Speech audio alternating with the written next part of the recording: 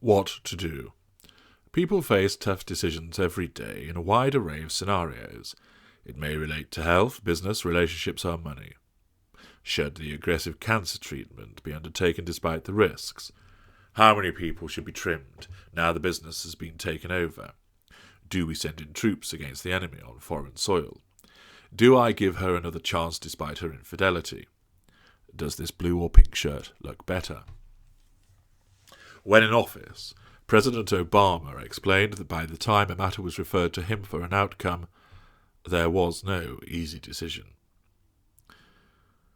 This is often the case because people are troubled by conscience. A conscience is that thing which causes you to frame your own decisions, as if someone was watching what you are doing or thinking, even though you are alone. People make decisions tougher than they need be because they are worried about how people react, how it will make that person look in front of others, how it will impact on other people, and whether they will be damned if they do and damned if they don't. Such considerations do not pose trouble for my kind. My kind and me receive a lot of bad press about the things we say and do. Of course, you will not be holding your breath in the expectation of some kind of apology, because that is just not going to happen. I do know, however, that you are a reasonable person who looks at matters in a balanced and fair-minded fashion. It is just that it serves my purposes to tell everybody else that you are a crazy harpy who is out of control. With that in mind, you really ought to give thanks for the people like me, because we can be relied on to make the tough decisions that have to be made. For example, imagine there is a redundancy situation in your department, and in one particular team, 4 people are at risk of losing their jobs. 2 positions have to go, and one of your friends is in this pool of individuals at risk. How would you go about deciding who is selected for redundancy and who is not? That part of you that is dedicated to fairness and the correct way of doing things would decide that a prescribed selection criteria should be applied to all 4 who are at risk. You would apply scores for each person to the criteria, and the 2 lowest would then be selected for redundancy. The empath in you knows, however, your friend will face serious financial consequences if he lost his job now, notwithstanding the redundancy package.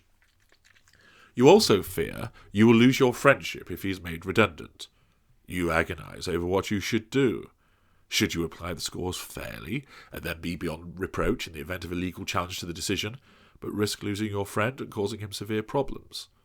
Alternatively, should you massage the scores, bumping up a couple of his and perhaps reducing a couple of someone else's? Who would know if it is just a few points difference? What about speaking to the head of the department, trying to save one of the jobs, so there is only one casualty?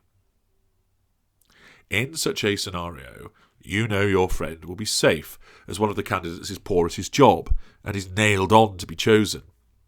I know that you would face quite a dilemma in trying to make this decision, and ultimately you would probably pass it on to someone else, citing a conflict of interest. But what about me? What would I do? Would I apply the criteria and the poorest 2 lose out? After all, surely we want the best employees, and if there is dead wood, it needs to be cut out, irrespective of any friendship that may exist. Would I instead apply my own criteria of who will provide me with the best fuel in this office dynamic, and allow that to influence the supposed objective scoring?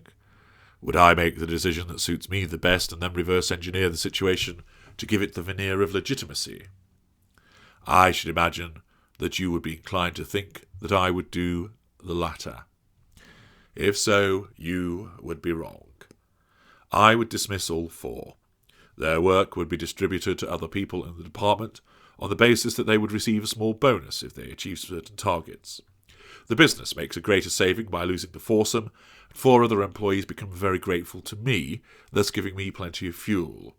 As a consequence of this incentive, I then contact 2 of the 4 and explain that if they bide their time, I'll ensure that they can be rehired in a few months' time, before their payoff has been depleted, and thus they will actually find themselves in a better position. I will recruit those 2 in the new financial year, so the previous year's savings remain good.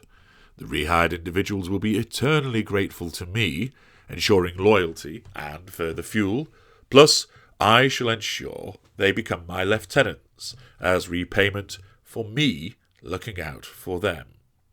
The hold I have over my higher-up will ensure that these recruitments will go through without incident and are done outside of the time allowed for the two who remain out in the cold to bring any kind of legal claim. What about the friend in all of this? Who cares? He should have fueled me more, and he might have been saved. As it is, I have found some new friends who are ever so grateful for my largesse, and who are perfectly content to propagate my explanation that the friend was released as a consequence of some behaviour that cannot be expanded on, but let us say is outside the range of normative behaviours of decent people in society. When the friend comes calling to vent his spleen at me, well, his anger and insults are all fuel, aren't they? The way you are wired causes you to make decisions tough. We, by contrast, make the tough decisions. You really ought to thank us.